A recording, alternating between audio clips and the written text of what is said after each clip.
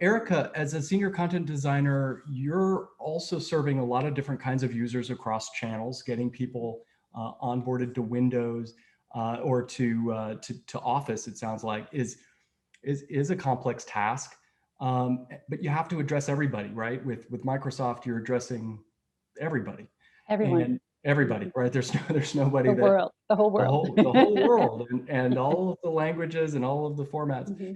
And so accessibility probably comes into that a lot. We need to be able to get our content to everybody. And I'm curious that about the considerations that you and your team are incorporating with regards to accessibility, Hmm. and how do you look at omni-channel in light of accessibility to get content out to the broadest number of users with their diverse needs? Yeah, accessibility is huge. It's very close to my team's hearts, I think. And as someone who has had a physical disability in the past, I take it very seriously that we need to make sure our content can be usable by everyone, no matter where they are, no matter who they are, no matter what they might be facing in the way of physical challenges. It's something that we think about all the time as we're building our content. We make sure that our content is sensitive. We don't make assumptions in the words that we use. Like we don't say click, for example. Someone might be using a mouse. Someone might not be able to use a mouse. They might be using a straw. Depends on what country they're in, what words are appropriate or not. I think we often work very closely with our localization team to make sure that content is not offensive. Whether we're looking at gender or any number of topics. There's one thing in our STAG guide, for example, that we don't want to, we don't use content that sounds like it's a war metaphor. Like we don't use descriptions that might be offensive depending on where you are. I think we also look at when we're doing our QA before we launch our content, we partner very closely with the software developers to make sure that things are working as expected. And if anything comes up, whether it's alternative text or content that's just not loading quickly, if you're using a screen reader and content is taking a long time to load, you might think that it's completely broken. You might not even know that it's there. So we look at the whole experience to make sure that things are working as smoothly as possible. And we have a number of checklists that help us do that. I think that's key, because there's 20 people doing a bug bash before we launch something, and we all bring our own perspectives. And then we also have to think about the geopolitical and localization aspects of it as well, because what works in Italy might not work in the US or vice versa. Are the checklist at the creator level, or is that at a governance sort of editorial or post authoring level? It's I look at it from a content perspective. I should speak for myself that that's something that I bring to the table as a content designer, that I want to make sure that we're checking the boxes about voice and tone, and that's not specific to accessibility, but I come up with a laundry list of what do I need to look at before this launches. Is it hitting our heuristics, our principles? Is it are we raising the bar appropriately? Is this good enough for our customers? And that's Okay. something that sounds very process. When you say the P word, people are like, oh, process, but it helps make things go smoother. And to me, when you get that kind of structure in place, it makes things go better. And And so that's a lot of people rally against that. No, not another step, not another step. But if it frees your brain to concentrate on what you're doing, and you know that you're going to be checking off these check boxes, it makes things better. To me, that's a lot of people can be very anti-process, but then when you show them what it looks like in practice, they open their eyes and go, oh, that this is a structural thing that might sound time consuming and onerous, but at the end of the day, it makes things easier. So that's my point of view on that. structure will set you free. We're It's still true. we're still trying to convince everybody that structure will set you free. It's It's true. I'm It's an advocate. true. I will, yeah. but Yeah. but yeah, I think it sounds like it's a shared responsibility. Is that fair? Yeah, I would say, yeah, to answer your question, I think the customer experience is everyone's responsibility. And we're mapping our definition of success, like how do we define what's a good customer experience, is very much tied to our metrics, our OKRs, and specific metrics. Like to me, from a user experience perspective, it's task completion rate. But we have numerous metrics that we look at for the big picture of are we is this A+ content, if you will, or is this design aligned to our coherence guidelines? And is the software working the way that we want it to? I mean, everyone has their own responsibility, but the big picture, the end of the day, the whole team is responsible for delivering something awesome. And we thank each other and we praise each other when we hit that mark. It's also, we have to work hard, but we also celebrate it when it goes well. I'd love to ask a quick follow-up to Ashley on that, this question of the definition of success that Erica's mentioning tied to OKRs. Is that true at Atlassian too, that the in-team definition of success is we look for a tie-in to the company goals and OKRs?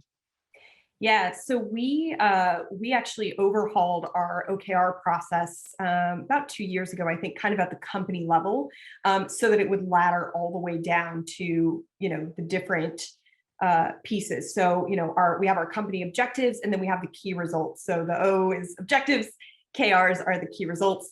And then we have a specific person assigned to each KR. So, we may have an organization or a team that is aligned to the objective, and then the KRs that ladder up to meet that objective are owned by a specific person.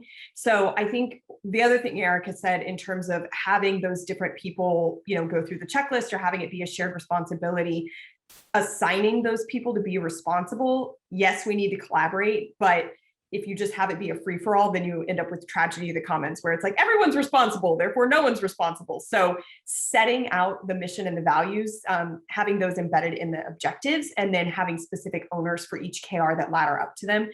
Yeah, we have that. So if we say, oh, we want to be the definitive leader in Agile and DevOps, okay, well, what do we need to do underneath in terms of content, in terms of distribution, in terms of product, in terms of documentation, in terms of community, to make sure that we're meeting that objective? So in some cases, the objectives may be more kind of values-led or mission-driven, but the KRs are measurable, they're specific, they're all of those that, the SMART goals, if you've heard of that. I think it's specific, measurable, actionable. Yeah. I'm forgetting the acronym because we've switched it to OKRs, but yeah, 100% agree that we do that. Yeah. Realistic and timed. Yep. Yes, that is very, very interesting to me, because this alignment between content teams and organizational objectives is always this kind of debate that where there's a push me, pull me, where content is incredibly important, and customer experience is of the essence to organizational mandates and missions and top lines, but a lot of times doesn't get tied to the overall objectives of the organization. So it gets seen as a cost. And what's interesting, it sounds like at Atlassian, and I'm hearing that at Microsoft too, there is some laddering down and alignment of those goals all the way into the project teams. Christopher, I wonder if you could speak to that, the role of metrics at the WHO and kind of how the digital team corresponds with the organizational objectives as a whole. Well, to a degree, it's been folded in, but that was also put on hold because we were going through a transformation where all this was shifting as COVID came in. So while there is some alignment, the full scope was not correctly defined. So I'd say on one hand, there's guiding principles, and on the other hand, it's a little bit below the surface, gets a bit chaotic.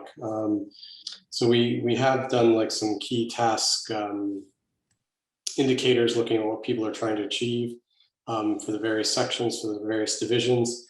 But because the transformation has not entirely completed, when we come up with those recommendations, it's more trying to convince people that they should be using it, and they can just say, well, thank you very much, but we're going to go the way we've done it before, or we're in the middle of COVID, so we don't have time.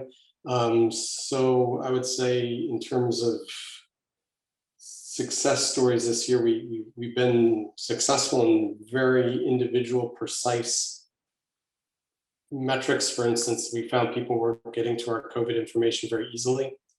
And we did an A/B test, just a very simple A/B test that showed only 2% of people were getting to it. We made a change that went to like 52% of people. So it went from just like 20 people to several thousand people. I've never done an A/B test like that before, so I'm very proud of that A/B test.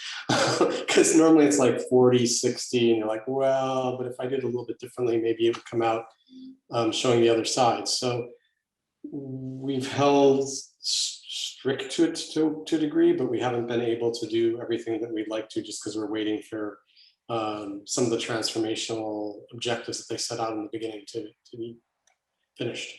Well, thank you. Yeah, no, I'm amazed at how many content teams have traditionally looked only at backward-looking metrics, like page views or clicks, right? Like that.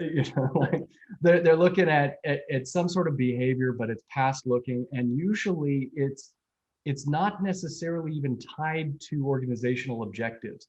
So I really commend the teams that are taking their omnichannel programs and laddering up that work that's being done to the organizational objectives. It feels like that's a major part of being able to open the conversation to more asset-based dialogue about how content gets used.